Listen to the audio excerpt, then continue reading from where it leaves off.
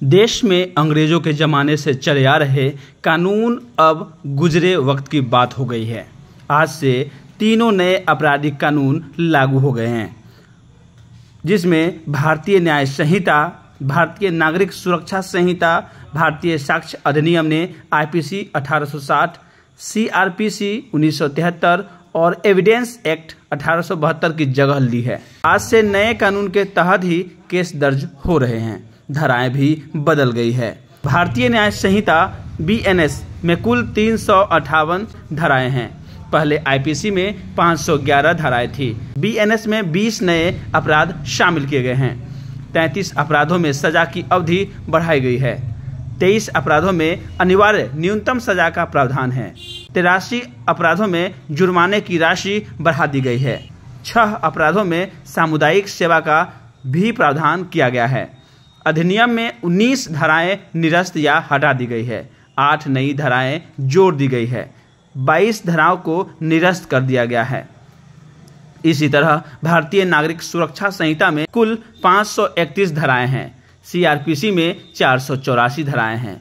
BNSS में कुल 177 प्रावधान बदले गए हैं। इनमें 9 नई धाराओं के साथ साथ 39 नई उपधाराएं भी जोड़ी गई हैं।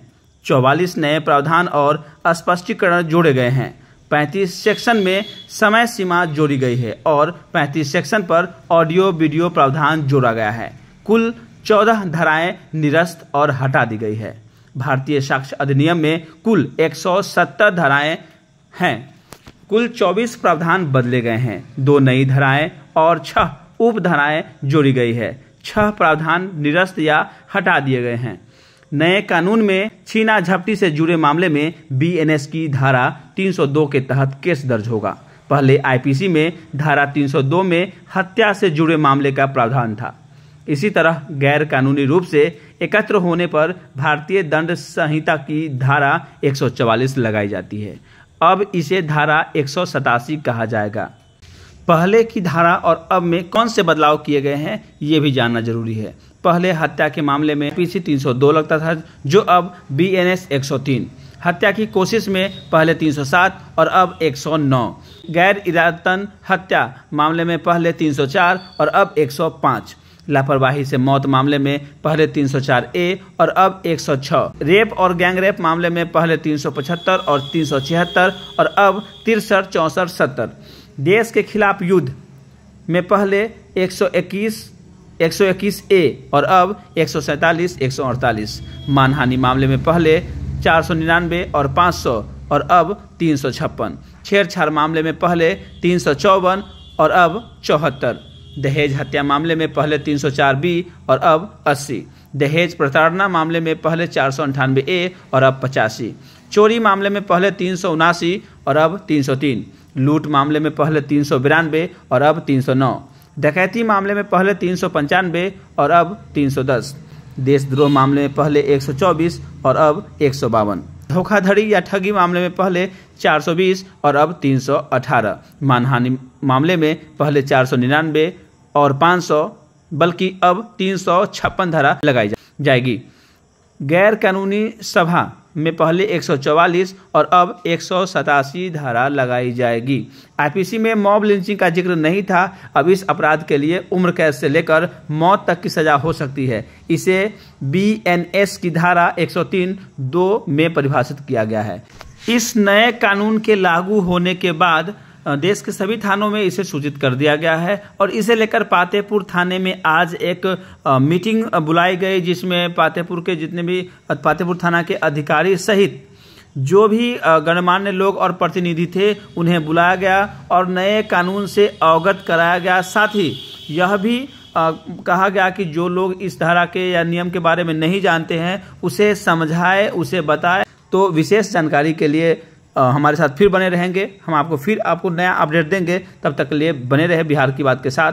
बने रहे हमारे साथ संवाददाता जलेश कुमार।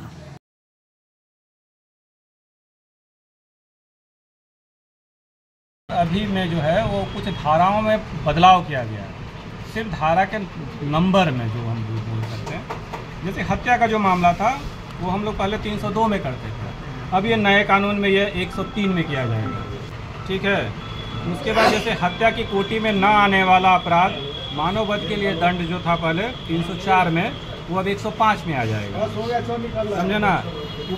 जैसे कि उपेक्षा द्वारा मृत्यु कारित करना, जैसे कि मेरा इंटेंशन नहीं है कि मतलब उसकी हत्या हो जाए या होती है, लेकिन फिर भी जैसे ड्राइवर लोग, डॉक्टर लोग इस श्रेणी में आते हैं, तो उनसे जो गलतियां जो टूटने के कारण जो पहले 304A में करते थे वो 106 में हो जाएगा।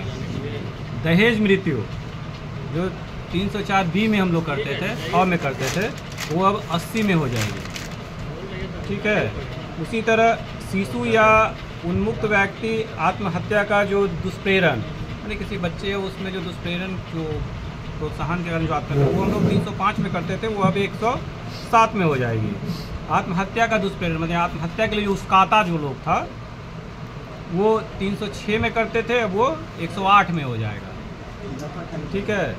हत्या करने का प्रयत्न जो 307 पहले 307 में करते थे, वो अब 109 में हो जाएगी। इसी तरह करके बहुत सारे सेक्शनों में मुख्य रूप से बदलाव किया गया है। जैसे कि गर्भपात कारित करवाना 312 में पहले होता था, वो अब 88 में हो जाएगा। महिला से संबंधित धाराएं हैं। स्त्री की सहमति के बिना गर्भपात कारित करवाना 313 में करते थे, अब 89 में हो जाएगा। गर्भपात करने के आशय से ये करना उसको 314 में करते थे, अब 90 में हो जाएगी। ये हमारे लिए भी अब देख कर बहुत सारा करना पड़ेगा। जैसे कि यौन शोषण वाला है और रेप वाला, उसको देखिए। जैसे महिलाओं से संबंधित जैसे पहले 354 में जो करते थे हम लोग, वो 74 में हो जाएगी। स्त्री का लज्जा भंग करना जो 354 में करते थे, वो अब 74 में होगा। उसके बाद मुख्य धारा आपका पहले हम लोग जो रेप से संबंधित जो मामला था वो 376 में करते थे, अब वो 367, 68, 70 ऐसे हो जाएंगे, समझे ना। इसमें बहुत बृहद परिवर्तन नहीं किया, सिर्फ धाराओं को इधर से उधर कर दिया गया है।